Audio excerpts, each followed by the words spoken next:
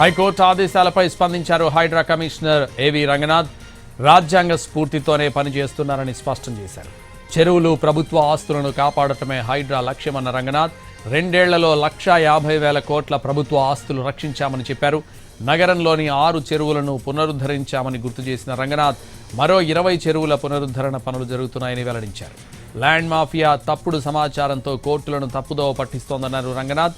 తనపై ఉన్న 63 కోర్టు ధిక్కరణ కేసులు బడా భూ కబ్జాదారులే వేశారని చెప్పారు. తనపై ఉన్న కేసులను చట్టపరంగా ఎదుర్కొంటానన్న హైడ్రా కమిషనర్ న్యాయస్థానాలపై తనకు పూర్తి నమ్మకం ఉందని తెలిపారు.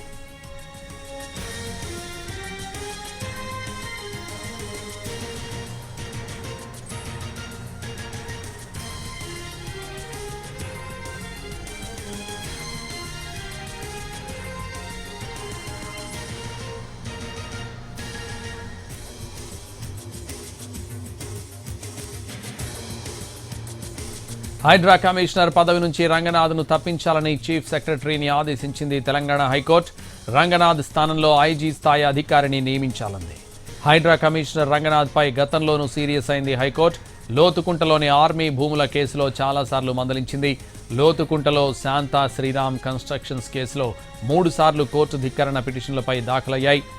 దీనిపై హైడ్రాకు వ్యతిరేకంగా కోర్టు ఆదేశాలిచ్చింది. సాధారణంగా కోర్టు ధిక్కరణ కేసుల్లో అధికారులు హైకోర్టుకు సారీ చెబుతారు.